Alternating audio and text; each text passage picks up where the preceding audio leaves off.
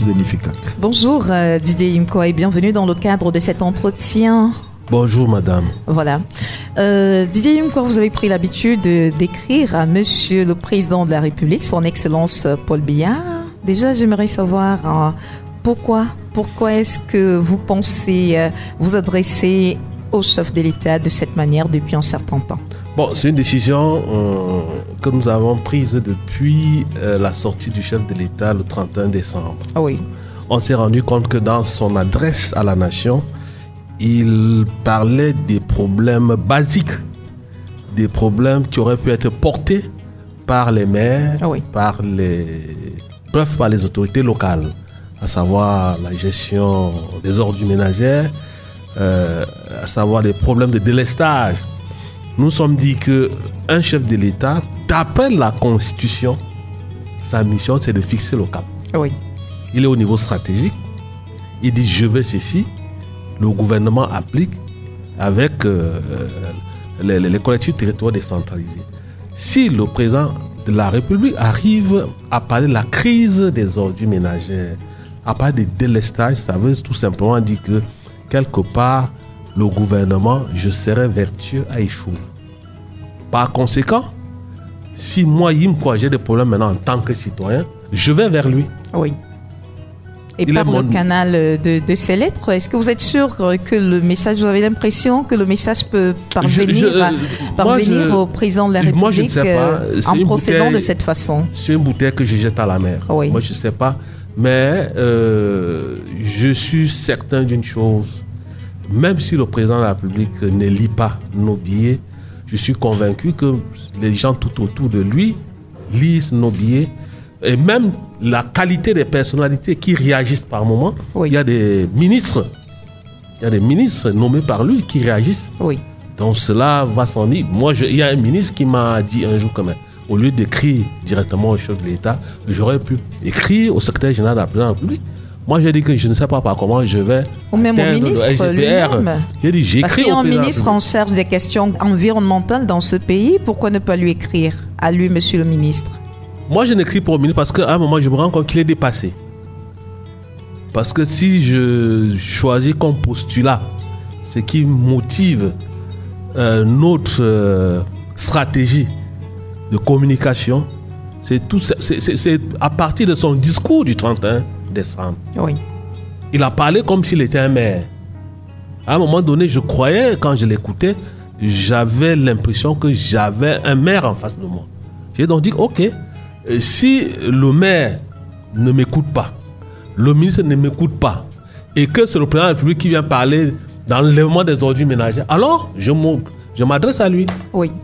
Didier Imko. On ne peut pas m'en vouloir. Ah oui. Qu'un citoyen, bon, encore que vous êtes un Camerounais comme tout autre Camerounais. Et puis le président de la République, c'est également votre président. Vous avez le droit d'échanger avec lui, de lui dire ce qui ne va pas pour vous et de lui faire même des propositions. Ce que je fais, des suggestions. Voilà. Et justement, parlant de propositions, on revient sur cette affaire de l'augmentation du prix du carburant depuis on appelle là-bas réajustement. Ah oui, réajustement, voilà. Augmentation, réajustement du prix du carburant de l'ordre de 15% depuis le 3 février 2024. Avec cette proposition que fait le mouvement écologique En Marche en ce qui concerne des alternatives qui pourraient venir résoudre ce problème. En termes d'alternatives, quelles sont-elles?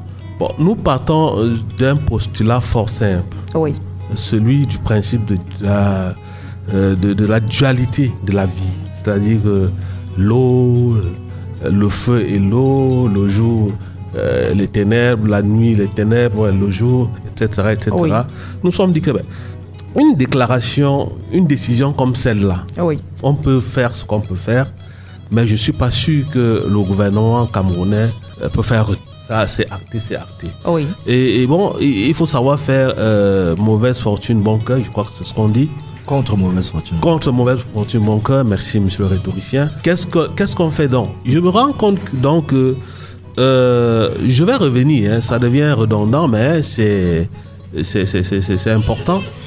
En 2015, à la veille de la COP21 à Paris, le président de la République avait déclaré un certain nombre d'engagements de réduire nos émissions de gaz à effet de serre. Oui.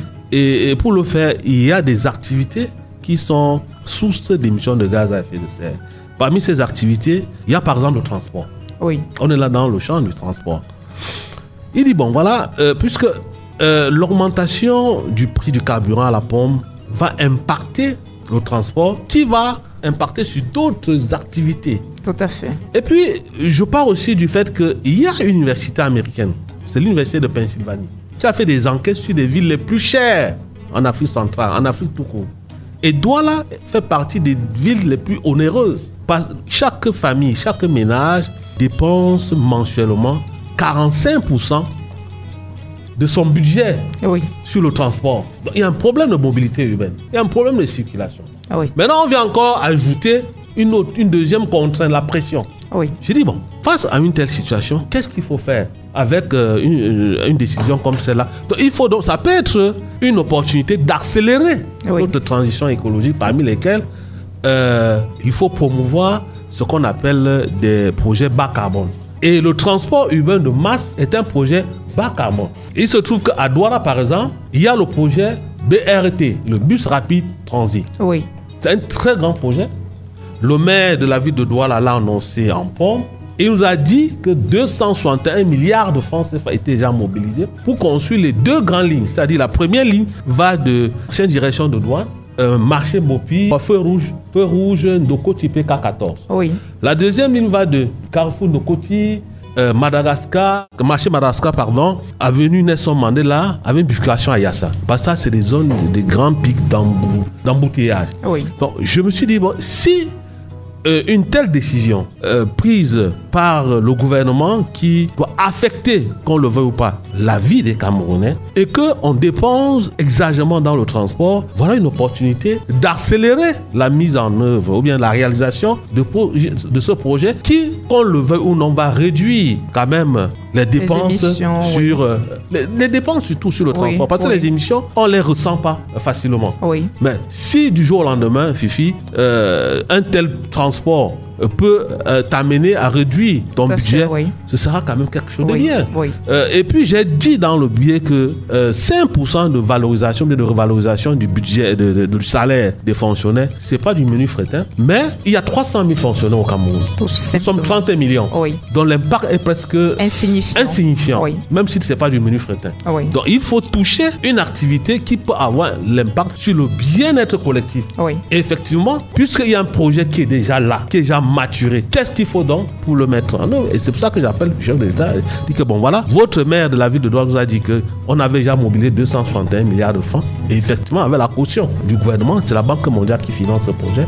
Il faut vite faire pour que cela puisse réduire le choc de la décision, la dernière décision qui a été prise, à savoir celle de réajuster le prix du carburant à la pompe. Merci Didier Yimkwa pour toutes ces brillantes propositions qui, madame, nous espérons, seront prises en compte par qui de droit. Qu'il soit serein, parce que je vais toujours lui écrire jusqu'en 2025, tant qu'il est là. Écoutez, peut-être que vous trouverez en face quelqu'un qui vous répondra. De lundi à vendredi dès 7h. Retrouvez dans le 7-10, 7-10h. Abeka Matin, premier sur le matin. Les invités consultants de classe exceptionnels.